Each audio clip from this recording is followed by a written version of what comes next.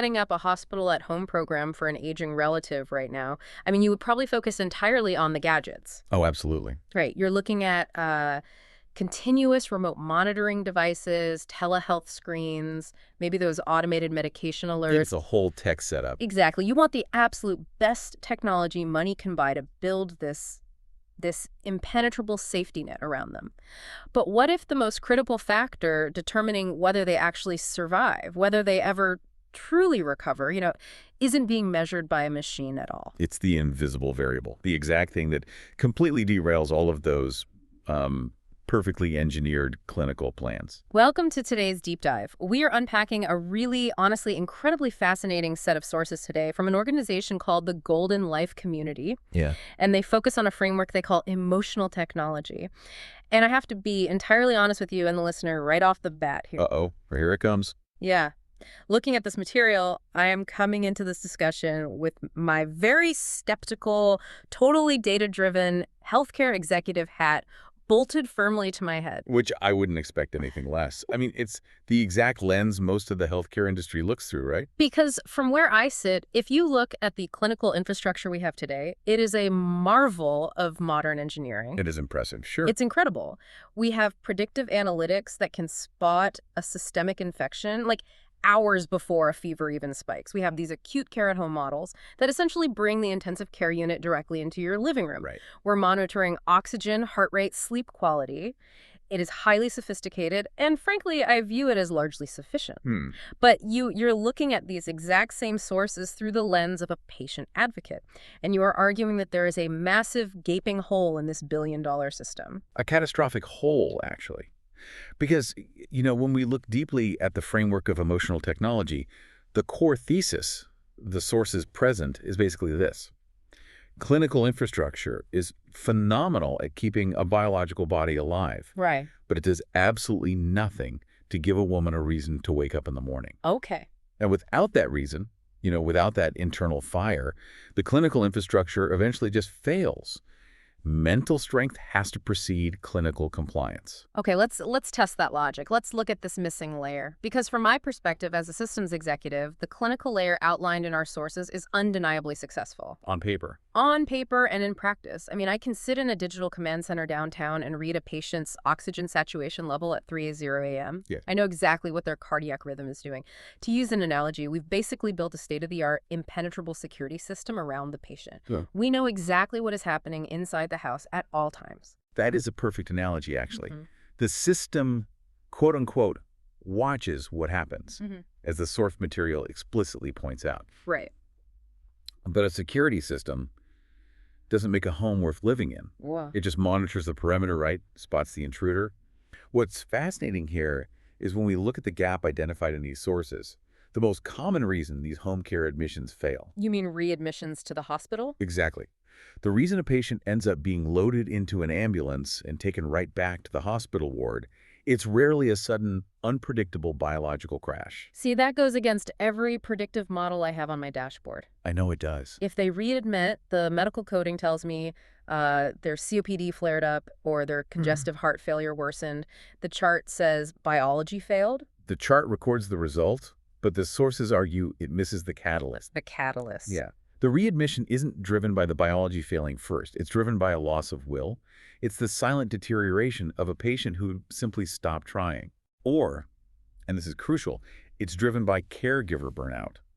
A family member's loss of confidence and absolute panic in the middle of the night. Because they're overwhelmed. Exactly. The clinical tools observe the isolated patient's decline, but they do not prevent the emotional collapse that triggered it in the first place. So you're saying the heart failure exacerbation might be the medical code I see in the system, but the actual trigger was isolation? Yes. That the patient stopped moving or stopped eating properly or just stopped caring because they felt completely invisible. Exactly that. And the sources provide this really powerful lived experience proof of this mechanism. We're introduced to a woman named Kathy Tarokian. Right, I saw her case study. Yeah. So she is 79 years old. Her clinical chart includes COPD, congestive heart failure, and rheumatoid arthritis. Wow. She's tethered to an oxygen machine 24 hours a day, uses a walker, and she lives entirely alone with her 19-year-old dog, Charlie, and a stuffed dog named Tark. Okay, so from a systems perspective, she is the very definition of a highly complex, high-risk patient. The telemetry on a patient like that would be constant. We'd be watching her like a hawk. Precisely. And her doctor literally looked her in the eye and told her to get her affairs in order. Yeah. She was sent home, essentially, to fade away quietly under the watchful eye of all those remote monitors. Right. And her quote in these sources gets right to the heart of the failure. She says, quote, "The machines kept my body alive, but they could never give me a reason to wake up." That's heavy. It is. She talks about sitting in a quiet living room, listening to the gentle hum of machines monitoring her vitals, feeling completely alone and just erased from the world. Yeah. You have a multi-million-dollar system that can read her oxygen at 3:00 a.m., but it has no idea that she is disappearing as a human being. I hear that. I really do. And as a human being, it's heartbreaking. Nobody wants their mother or grandmother to feel that way. Right. But let me push back with my executive hat back on for a second. Go for it. The healthcare system isn't entirely blind to this stuff. We recognize things like isolation, lack of transportation, caregiver burnout. We categorize them as social drivers of health. SDOH, yeah. Exactly. We know they impact outcomes. But how can a healthcare system possibly operationalize willpower? Well, I mean, my data models can mathematically predict a silent deterioration based on blood pressure trends. How do you mathematically fix loneliness? You can't just write a prescription for purpose. but you're assuming purpose is entirely abstract. Doesn't it? The sources argue you actually can systematize it. That is the entire premise of the Golden Life Community's solution. It isn't soft sentiment or like greeting card advice. It's a structured operational framework. Now, hold on. You can't just tell a 79-year-old on continuous oxygen to, quote, find her purpose or be strong. No, of course not. How does a patient actually make that massive psychological leap from passively receiving care in a recliner to actively fighting for their life? Like, what does that actual mechanism look like? So that brings us to the core solution the sources introduce. It's a framework called Golden in Motion, and it's powered by something called the Golden Method. Okay. Think of it as an emotional engagement layer that sits right on top of your existing clinical infrastructure. The sources state it's built on over 40 evidence-informed mental strength techniques. Golden in motion, emotional technology. I have to say, these sound a little bit like Silicon Valley buzzwords to me. Are we just talking about a pamphlet of positive affirmations here? Not at all. It's much better understood as an operating system for mental strength. An operating system. Yeah, and to understand the mechanics of how it actually works, we have to look at the next chapter of Kathy's story. Because her clinical situation actually got much, much worse. Worse than congestive heart failure and COPD. Yeah. After that doctor told her to get her affairs in order, she contracted COVID pneumonia. Oh. She had a stroke. She spent almost 3 weeks in the ICU, absolutely certain she was going to die there. That's a cascading clinical failure. Her immune system and cardiovascular system were just in free fall at that point. But she survived the ICU, and then long COVID attacked her pancreas. Unbelievable. The physical toll was devastating. She lost 80% of her hair. She gained 40 pounds. She admits in the text that she couldn't even look at herself in the mirror. She didn't want anyone to see her. Yeah, she was entirely defeated. Completely. The clinical layer had successfully saved her life, but she was hiding from it. She wanted to be invisible. She was a passive recipient of care. The machines were doing all the heavy lifting to keep her biology functioning, but mentally she had just checked out. Exactly, until she experienced a specific turning point, utilizing what became one of these core mental strength techniques from the framework. It's practice called the strength mirror. Okay, walk me through the mechanics of this. What is the strength mirror? It's a structured confrontation with reality. She didn't just glance at her reflection. She did the hardest thing she could imagine at that moment. She stood in front of a full-length mirror and forced herself to truly look at the physical toll the illnesses had taken. Oh, She stopped hiding from her own reality. this sounds incredibly painful, honestly. It is. Yeah. It really is. But the mechanism of the technique is about radical acceptance, followed by a pivot in identity. A pivot. Okay. Yeah, she looked at herself and said, quote, "Well, all right, Kathy, this is what you look like now. Embrace and love this body that has carried you for 77 years. It's time to let your mind take over." It's time to let your mind take over. That exact moment is the shift. She stopped being a passive patient waiting for the next medical crisis. She reactivated her identity. She became an active participant in her own healing. I see the power in that. I do. It's an identity reset. But again, I need systemization if I'm running a healthcare network. Right. A mirror is just a physical object in a house. How do you scale that internal realization across a 10,000 patient hospital at home program? Sure. What are the other protocols in this golden emotion framework that I can actually, prescribe and implement? Well, the sources offer highly specific protocols to address these exact gaps, moving from internal realization to external connection. For instance, you asked earlier about how to mathematically fix loneliness, right? I did, yes. The framework introduces something called the Golden Hug Protocol. A protocol for hugging. I have to be honest, protocolizing a hug sounds almost dystopian at first blush. I know. It sounds clinical until you realize what it's actually treating. The sources use this to address a massive, critically under-discussed crisis in aging, which is touch starvation. Touch starvation. Yeah. When you are old, chronically ill, and living alone, you are rarely touched in a way that isn't clinical or procedural. Like a nurse taking your blood pressure. Right. Or a tech adjusting your oxygen cannula. You lose the experience of therapeutic human touch. The Golden Hug is a 20-second therapeutic embrace protocol designed to be administered by caregivers or community members. Okay, wait. Let's look at the math on that. 20 seconds. That's a very specific duration. It is. Because from a biological standpoint, 20 seconds of sustained physical contact is generally understood in the medical literature as the exact threshold needed to trigger a physiological response. Yep. That's when your body actively lowers cortisol, the stress hormone, and begins releasing oxytocin, which physically lowers blood pressure and heart rate. So they haven't just made up a nice idea here. No, not at all. They've taken a fundamental human need and standardized it into a quantifiable therapeutic dose. Exactly. It's not just a quick, polite pat on the back as the caregiver leaves the room. It's emotional infrastructure. It's a biological intervention. Interesting. And speaking of infrastructure, the sources also detail a concept called golden spaces. What does that mean? Are we talking about like interior design? It's emotional architecture. Emotional architecture. According to the framework, the physical and digital environments a patient inhabits must be deliberately designed to combat isolation. Because when you are chronically ill, your physical world shrinks. Right? Oh, absolutely. First your house, then your living room, then maybe just your recliner. Right. So Golden Spaces is about designing that remaining footprint, whether through the strategic placement of nostalgic identity anchors, specific lighting, or digital portals that connect to a wider community. Okay. It's set up so that every single element reminds the patient they are part of a larger world. Okay. I am having a massive aha moment here. Really? I can see the gears turning. Tell me. Well, I wouldn't call it a total defeat of my initial skepticism, but you have definitely forced me to update my mental dashboard. I'll take it.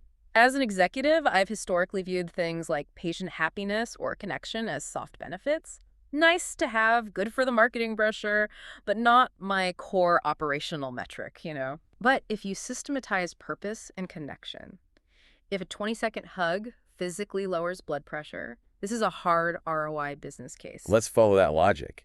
How does this emotional layer actually hit your bottom line? Look at the exact data points we just discussed. If a patient is practicing daily purpose and identity touch points like the strength mirror or engaging with golden spaces, their internal motivation goes up. Right. That means patient adherence to their medical protocols goes up.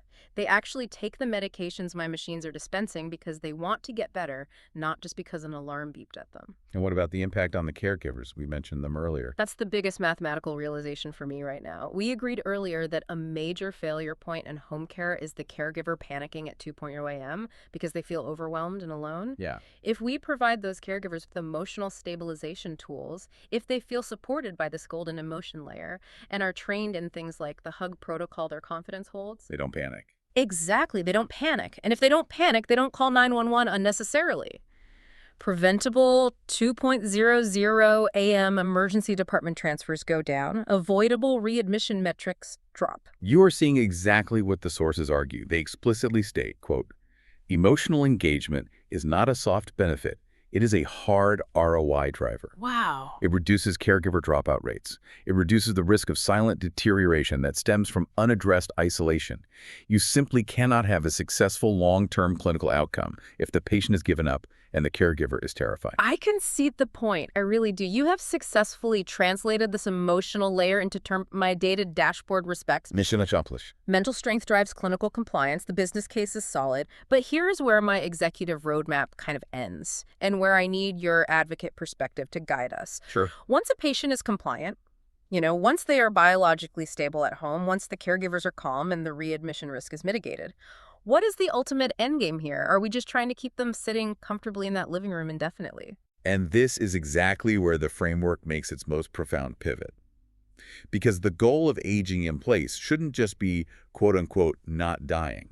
Which is a remarkably low bar when you say it out loud like that. It is, but it's the exact bar the current clinical system sets, right? Fair point. The sources argue that when a woman is mentally strong, when she has moved from a passive patient to an active participant, she stops just surviving. She starts building a legacy. Okay, what does that actually look like in practice? Building a legacy while you're confined to a house on 24/7 oxygen. It sounds inspiring, but how is that practically possible? We don't even have to guess. We just have to look at the ultimate case study of one, which is Kathy Tarukian herself. Right. We left her standing in front of the strength mirror, deciding to let her mind take over her physical limitations. Look at what she built from her recliner after cultivating that mental strength. The sources mentioned she built an entire ecosystem. She didn't just successfully stay out of the hospital ward. She built a technology company. She conceptually designed a 25-acre housing development. She developed over 2,000 original products. 2,000? Yes. She created the entire Golden Life community and the 40-plus mental strength techniques we've been discussing today. Wow. She built the exact emotional safety net she realized was missing when she was at her absolute lowest point as a patient. That is genuinely staggering. I mean, the predictive models I rely on would have flagged her for immediate permanent deterioration. Exactly. Instead, she became a founder and an architect of a totally new system. She is the literal living proof of her own thesis that purpose is the most powerful medicine we have. Yes. And what's really vital here is how she wants to scale that ability to leave a legacy for every woman, not just founders, because, not everyone is going to design a 25-acre development. Right. One of the core technological offerings in the Golden in Motion framework is something called living memoirs. Now, the sources mentioned uses an AI twin. Explain the mechanics of that to me. Are we talking about just a simple chatbot trained on her old diaries? No. How does a woman sitting in her recliner actually build and interact with this thing? It's much deeper than a chatbot.